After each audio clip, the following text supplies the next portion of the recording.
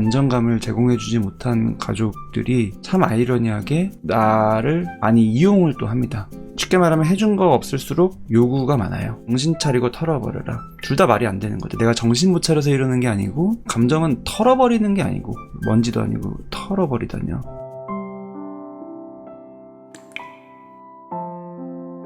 첫 번째 질문은 가족들을, 그리고 과거의 저를 어떻게 용서해야 하나요? 인데, 사람들 말을 들어보거나 책을 보면은 가족들을 용서하고 이해해야지 내 마음의 병이 낫는다고 했다고 하는데, 저는 이제 여기서부터 이해가 안 됩니다. 무슨 책을 보셨길래. 뭐 그런 책이 있긴 하죠. 근데 이제 다짜고짜 가족을 용서해야지 내가 나아진다라는 그거는, 그 말이 맞고 틀리고를 떠나서 전혀 도움이 안 돼요. 왜냐하면 내 감정은 내 거기 때문에. 용서는 내가 노력해서 할 수 있는 게 아니라서, 뭐 용서를 해야지 내가 나아진다고 쳐도 그건 노력해서 되는 게 아니라서. 그리고 용서라는 표현을 하신 거 보면은 본인의 감정이 있는 거거든요. 그거를 좀 우선은 말씀해 주셨으면 좋겠어요. 오늘 힘든 여러 가지 경험들 얘기를 쭉 하셨는데, 내가 경험했던 가족 구성원들에 대한 나를 힘들게 했던 그런 얘기들 쭉 하셨는데, 지금은 뭐 연 끊은 상태라고 하셨는데, 용서를 어떻게 해야 되냐라고 표현을 하셨는데, 제가 드리고 싶은 질문은 무슨 감정이 있길래 그 용서라는 표현을 하신 건가? 그 가족에 대한 본인 마음을 좀 여쭤보고 싶습니다. 그리고 더불어서 가족에 대한 거는 그래도 이 용서라는 표현이 어떤 건지 추측이라도 되는데, 과거의 저를 어떻게 용서해야 되나요? 라는 요거는 또 이해가 안 되는 것 같아요. 과거의 본인에 대해서 용서를 해야 될 것 같은 느낌이 드는 그 이유가 또 있을 거거든요. 어떻길래, 어떤 감정이길래. 역시나 마찬가지입니다. 가족에 대한 감정, 그리고 나 자신에 대한 감정, 두 가지를 여쭤보고 싶습니다. 생각나는 대로 표현하세요. 정리된 감정 표현이 아니셔도 되고, 그냥 떠오르는 경험 얘기하셔도 되고, 생각 얘기하셔도 되고, 그러면 또 감정 쪽으로 같이 찾아가면 되니까 우선 뭐라도 표현을 하시면 좋겠습니다. 객관적인 어떤 내용들을 쭉 쓰신 건데, 본인의 마음은 어떤 건지 여기 표현을 조금 하시긴 하셨어요. 과거에 빠져서 가족들을 원망하고 미워하고, 또 나에 대해서도 이렇게 모두 실패한 나를 자책하는, 이런 거에 대한 반응으로 용서라는 표현을 하신 거일 수 있지만, 그냥 언뜻 경험만 쭉 나열한 거를 봐도 원망, 미움, 자책 이런 단어만으로 표현하기에는 아쉬운 것 같아요. 굉장히 구체적이고 복잡하고 그런 감정들이 많이 있을 것 같아요. 밉다. 가족들이 사과를 요구했었는데 아직도 기억하는 내가 이상하다. 가족에 대한 감정이 미움이다. 억울하고 슬프고 인정받고 싶다. 이게 어떤 말씀이세요? 가족들이 사과를 요구했었는데 아직도 기억하는 내가 이상하다라는 게 무슨 말씀이세요? 좀 더 구체적으로 말씀해 주시면은 이 마음이 이해될 것 같아요. 항상 감정도 감정인데, 그 감정과 관련된 또 다른 감정, 생각, 경험들이 나를 더 힘들게 하는 것들이 있는 것 같아요. 미입고 억울하고 슬픈 것도 그렇지만, 인정받고 싶다라는 게 어떤 말씀이신지, 어떤 인정을 받고 싶은데 어떻게 인정을 안 받은 것 같은지. 네가 이상하다라고 했다, 나한테. 내가 가족들한테 사과를 요구했는데 가족들은 내가 이상하다고 그런 거죠. 그러니까 억울하고 슬프고 그런 거고, 인정을 받고 싶다. 어떤 인정인지 이제 얘기해 주시면 될 것 같습니다. 가족들한테 사과를 요구했는데 가족들이 저에게 네가 기억을 오래 한다고 뭐라고 하더라고요. 이거는 정말 너무너무 중요한 얘기죠. 정말 많은 분들이 가족한테 상처받는 이유, 사과를 요구하는 것까지도 사실은 굉장히 힘든 과정이 있었을 텐데, 고민도 많이 하고, 또 사과를 요구했을 때 사과를 할까라는 그 의심도 들고 걱정도 되면서도 그래도 요구 안 하면 못 베기겠어서 한 건데, 돌아오는 대답은 내 탓하는 거죠. 근데 그 내 탓이라는 게 포커스가 딴 얘기하는 거예요. 내가 요구한 거는 사과인데 내 탓을 엉뚱하게 다른 걸로 하는 거예요. 기억을 오래 한다. 그런 경우 진짜 많아요. 쉽게 말하면 할 말 없으니까 하는 얘기인데, 이거는 감정에 대한, 사람의 마음에 대한 이해가 전혀 안 된 분들이 이런 얘기를 하죠. 기억을 오래 한다라고 뭐라 할 게 아니죠. 기억을 오래 한 거면은 그만큼 힘드니까 오래 하는 거죠. 제가 누누이 말씀드렸지만 감정은 시간이랑 상관이 없어서 몇십 년을 갈 수 있는 겁니다. 기억도 마찬가지. 어제 일은 기억 못해도 수십 년 전 일은 선명하게 기억할 수 있는 게 사람인 거예요. 그만큼 감정적인 게 나한테 작용을 한다면. 그래서 오히려 내가 기억을 그렇게 오랫동안 하고 있으면 그만큼 내가 힘든 건데, 기억 오래 한다고 뭐라 하는 거죠. 그래, 너 힘들었지, 많이 참았지, 너가 많이 노력했지, 그런 이야기로 인정을 받고 싶었다. 그리고 내 정신병도 인정받고 싶었다. 약도 못 먹게 해서 저는 약도 몰래 먹곤 했어요. 그쵸? 이제 가족들이 내 마음을 또 은연중에 알 수 있거든요. 내가 가족 때문에 고생해서 병이 있는 거다라는 인정을 받고 싶어 하니까 너는 병이 있는 게 아니다 라고 생각하게끔 약도 못 먹게 하는 거죠. 그런 경우들이 되게 많아요. 지연님이 얘기해 주신 거. 좀 잊어라 그런 식으로 말하더라. 조아님도 이제 딱 그거랑 똑같다. 지연님 얘기는 공감이 된다는 건데, 아빠한테 서운했던 점 예전에 내가 그랬던 거 아직도 기억하냐, 네가 이상한 거다, 부모 자식 간에 그런 말도 못하냐 라는 얘기, 너무너무 흔한 말입니다. 흔하다는 게 대수롭지 않다는 게 아니라 진짜 큰 상처가 될 수 있는 흔한 말인 거예요. 근데 많은 분들이 그렇게 합니다. 부모 자식 간에 그런 말도 못하냐라는 거는 말이 안 되는 거예요. 친구 간에도 마찬가지죠. 우리 사이에 이런 거 다 마찬가지입니다. 마음에서 내가 감정적으로 힘든 경험을 하고 상처받고 이런 거는 무슨 사이인지랑 아무 상관없어요. 누구한테든지 상처받을 수 있는 거고, 오히려 무슨 사이면은 더 상처받을 수 있죠. 기대치도 크니까, 그만큼 실망이 크니까.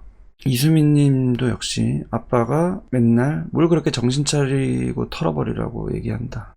이것도 역시 흔한 가족에 상처 주는 멘트죠. 정신 차리고 털어버려라. 둘 다 말이 안 되는 거죠. 내가 정신 못 차려서 이러는 게 아니고, 감정은 털어버리는 게 아니고, 먼지도 아니고 털어버리다뇨. 너무너무 개념이 없는 거예요, 감정에 대한. 내가 감정 때문에 힘들어하는 거는 내가 정신 못 차려서 그러는 게 아니죠. 그냥 힘든 거죠. 그리고 오늘 조아님 이 앞장에 쭉 나열하신 그냥 가족에 대한 나의 경험을 쭉 얘기하신 것만 봐도 너무너무너무 힘든 상황일 것 같잖아요. 너무너무 오랫동안 고생하셨고, 보통은 가족들이 나한테 지지와 안정감을 제공해주지 못한 가족들이 참 아이러니하게 나를 많이 이용을 또 합니다. 쉽게 말하면 해준 거 없을수록 요구가 많아요. 본인은 거기에 또 익숙해져서 자꾸 해줘요. 퍼주고. 그러니까 이제 할아버지 치매 걸리셨을 때 내가 또 돌본 거고, 돌아오는 건 없고, 결혼을 하셨지만 역시나 결혼 생활도 마찬가지로 내가 착취당하는 관계가 될 가능성이 많고, 그게 너무 익숙하니까. 인연 끄는 얘기를 하셨는데, 그것도 내가 끊은 게 아니라 아빠가 제 8살 딸한테 문자로 연 끊자고 해서 끊게 된 거다, 버림받은 기분이다, 아기한테 그런 문자 보낸 것도 있고요. 그러셨군요. 그런 문자를 손녀에게 보낼 수 있나요? 정말 상처 많이 받으셨겠어요. 상상도 못할 일을 충격이 크셨겠어요. 마음이 너무 아프다. 정말 힘들었겠다. 조아님 앞에 꽃길이 펼쳐지길 바란다. 감정을 감정으로 받기 어려워하는 꼰대 사회라고 르노님이 얘기해 주셨고, 이런 감정에 대한 개념이 좀 부족한 그런 거를 살아왔던 환경과 당시 시대상이 만들어낸 사회에서 살아온 분들이기 때문에 생각하는 게 충분히 다르실 수 있어요. 그쵸? 급변하는 사회를 사셨고, 뭐 전쟁도 있었고, 경제적으로도 많이 힘들었다가 한글정신으로 버텨온 분들이라서 감정에 대한 개념이 없을 수 있죠. 근데 그거는 그쪽 사정이고, 그렇다고 해서 내가 경험한 감정적인 고충이 완화되는 거는 전혀 아니죠. 아무 상관없어요. 그건 그거고, 내 감정은 내 감정이고. 첫 번째 질문에 대해서 드리고 싶은 말씀은, 가족들에 대한 그 용서는 내가 억지로 할 수 있는 게 아니고, 또 용서한다고 해결되는 거 아닙니다. 감정을 그냥 자연스럽게 따라가시는 걸 쭉 하셔야 돼요. 원망, 미움 이런 거보다 훨씬 더 구체적으로 내 감정 경험들이 있는 거예요. 근데 아까 얘기하신 거 들어보니까 인정 못 받은 그 느낌이 참 힘드신 것 같아요. 내가 이렇게 힘든데도 더 노력하고, 그럼에도 불구하고 이렇게 선의를 행했는데 알아주지 않는다, 오히려 내 탓을 한다, 이런 거. 그 느낌이 이제 이중고죠. 근데 그렇게 내가 힘든 경험을 한 분들일수록 내가 더 잘하면은 보상받을 것 같은 기대를 해요. 근데 그게 아니기 때문에 더 실망을 하죠. 내가 잘하면은 오히려 계속 착취만 당하죠. 그게 가족이어도 마찬가지입니다. 남들도 마찬가지고.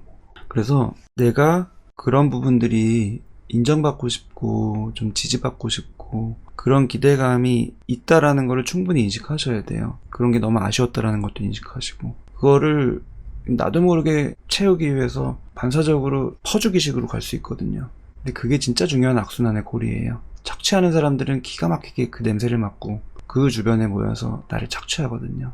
또 중요한 게 나를 자책하는 마음이 큰 거죠. 내가 이렇게 기억하고 있는 것 자체가 자기 연민인 것 같아서 또 불안하다. 언제까지 여기에 빠져 사나 싶어서. 자기 연민일 수 있죠. 그리고 자기 연민에 빠져 사는 것 자체가, 과거에 집착하게 되는 것 자체가 건설적이지 않을 수 있죠. 내 현재를 살고 내 미래를 준비하는데 지장이 될 수 있죠. 근데 그렇다고 해서 그러니까 난 자기 연민하지 말아야지 라는 식으로 되는 게 아닌 거예요. 그러니까 나는 기억하지 말아야지 라는 식으로 되는 게 아닌 거예요. 용서해야지가 안 되는 거랑 똑같은 거예요. 그래서 감정은 억지로, 이러니까 논리적으로 이건 안 좋으니까 이건 빼고 이건 더하고 이런 식으로 수학적으로 하는 게 전혀 아니에요. 그냥 펼쳐놓고 봐야 돼요. 언어 영역을 수학으로 풀려는, 과학으로 풀려는 그런 게 될수록 악순환이 됩니다. 언어 영역 또는 뭐 예술 영역인 거예요, 감정은. 근데 이제 그런 것들을 쭉 펼쳐놓고 표현하고 지지받고 하는 거를 계속 해야지 해소가 되고 과거에서 현재로 초점이 옮겨갈 수 있죠. 쉽게 말하면 본인 탓이 아니고 본인 노력으로 극복할 것도 아니고 그냥 있는 그대로 바라보시는 걸 꾸준히 하셔야 돼요. 근데 지금 이제 아이를 키우는 입장에서 그럴 여유도 있기가 쉽지 않고, 또 당장에 내가 이러느라고 지금 내 일상, 내가 해야 될 육아에 지장되는 느낌이 있어서 많이 힘드신 것 같아요. 그게 두 번째 질문이죠. 이런 무기력 때문에 아이를 좀 방치하는 거 아닌가 하는 느낌, 죄책감. 뭐 죄책도 받다고 하지만 이거는 뭐 책을 봐서 마음을 먹고 그런 식으로 해결하는 게 아닙니다. 그 다음에 책을 보면 볼수록 더 나는 어떤 부모가 돼야 될 것 같은 압박감, 부담감만 더 커져요. 근데 본인은 그래도 이렇게 힘든 상황에서 이거를 해결하려고, 극복하려고 책도 찾아보고 이거 자체가 이미 굉장히 훌륭한 거예요. 정말 많은 부모님들이 책 볼 여력도 없고요, 또 안 봅니다. 근데 본인은 그런 시도는 한 거예요. 그거 자체가 이미 방치하고 있는 건 아닌 거고,